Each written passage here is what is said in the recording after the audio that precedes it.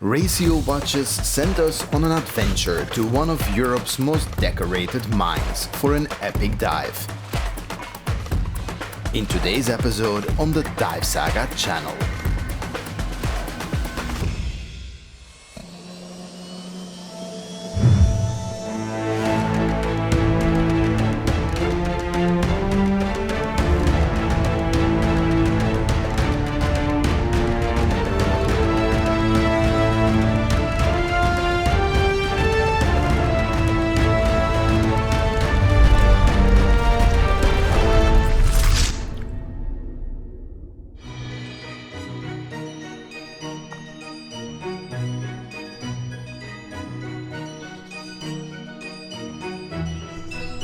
Look at this.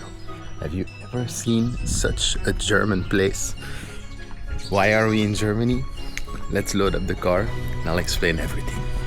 Smallenberg is a quiet little town in the High Sauerland district of Germany.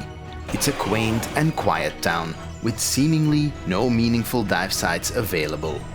Yet we load up our van with everything we have and go for a drive through the magnificent German countryside.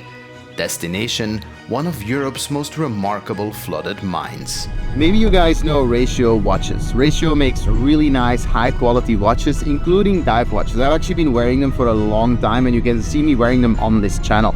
Now Ratio reached out to me and said that they would like to support the Dive Saga channel. We talked a bit and basically their brief was just go do something really cool. We want to support scuba divers and we want to support the scuba diving lifestyle. So just bring us something nice. So that's why we're in Germany. We're on our way to Felicitas mine, one of the most famous and crazy mines on the planet, which we will of course scuba dive for this episode. I want to explicitly thank Ratio for sending us on this trip. You can also support if you're interested in picking up a dive watch. Maybe look in the description below. There will be a link and of course a coupon code so you can actually pick up a watch for yourself. And of course, enjoy the episode and like and subscribe to the Dive Saga channel as always. After a short drive into the woods, piles of rubble alongside the road indicate that we have arrived. Hidden by a large and unassuming hangar, a single narrow entrance shaft provides access to Felicitas mine.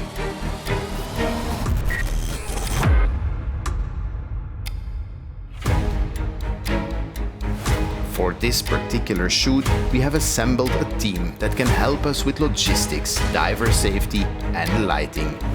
Mine diving means we will be diving in an overhead environment with zero tolerance for error.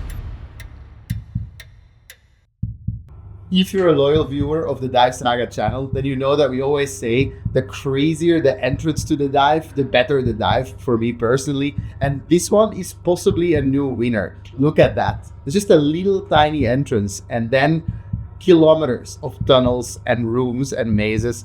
I'm so stoked.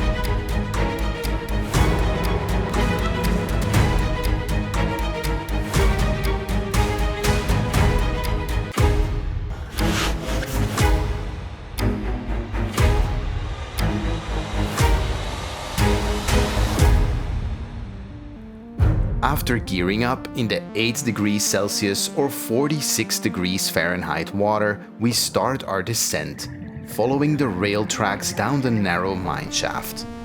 This is a diagonal descent to exactly 30 meters 100 feet, where the line splits in two sections of mine.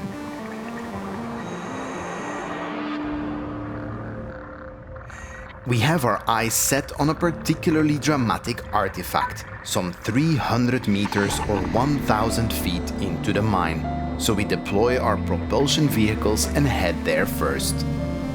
Don't worry, we will definitely take a moment to inspect this abandoned excavation machinery on the way back at the end of this episode. A tunnel connects this chamber to the next one. Unfortunately, this narrow tunnel is already clouded by some disturbed sediment. Because the mine has very little flow and the tunnel is narrow and long, this sediment is not likely to settle quickly.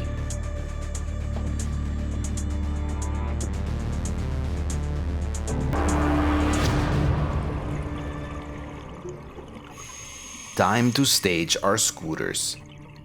We will swim the remainder of the journey because we know there is no appropriate place to stage our DPVs at our destination. That's because our target lies in a massive chamber with a single suspended line running across it. As a cave diver, it's easy to forget that these mines aren't naturally formed. Every cubic meter of open space has been painstakingly excavated by human beings.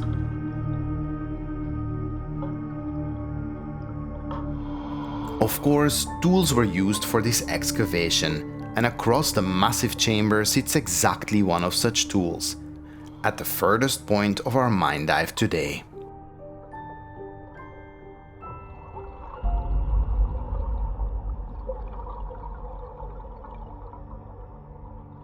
This saw blade, stuck in the side of the wall, is the size of a small human being.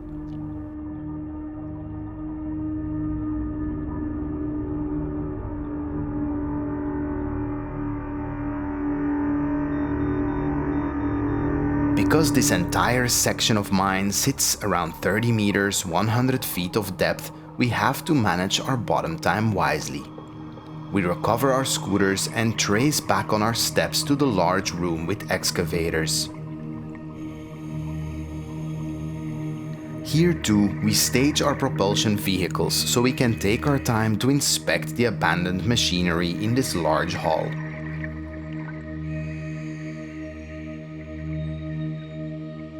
Mining operations in Felicitas mine were ceased relatively recently in 1997. This means that at least in this part of the mine, modern machinery was used for the extraction of materials. When the mine closed, these machines were simply left inside.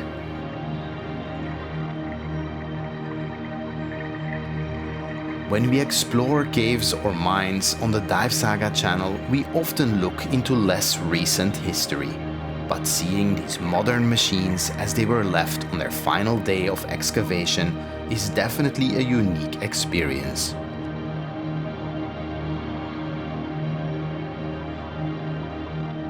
Looking around, not just the machines, but also the general architecture of the mine is intriguing. From the reinforced walls and tunnels to the giant jagged rocks flanking the room. Everything in this mine looks like a movie set.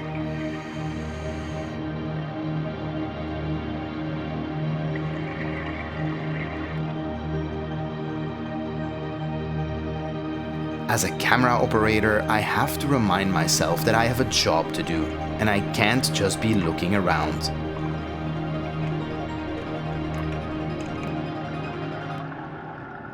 Everything in this mine is worth taking the time to inspect, but it is time that we do not have. Because of the depth, every second counts. Eventually, it's time to turn the dive and navigate our way back to the entrance shaft. Please remember that mine diving, just like cave diving, holds significant risk and should not be attempted without proper training.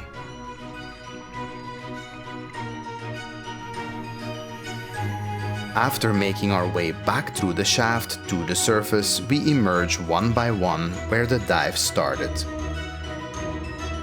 Getting down in the water as much as possible and making way for the next diver to surface. Felicitas mine is an absolute must for every mine diver. How was it? Cold. Very cold, huh? Cold, nice and fun. I loved it, but it's the difference between the water and here is so big that the camera keeps falling up. Oh, but that was an amazing dive. Yeah. Guys, thank you so much for watching. As always, remember to subscribe to the Dive Saga channel. Give some love to 𝐟𝐨𝐫𝐞 Watches as well. Thank you for sponsoring this video to 𝐟𝐨𝐫𝐞 Watches, and I'll see you guys next time.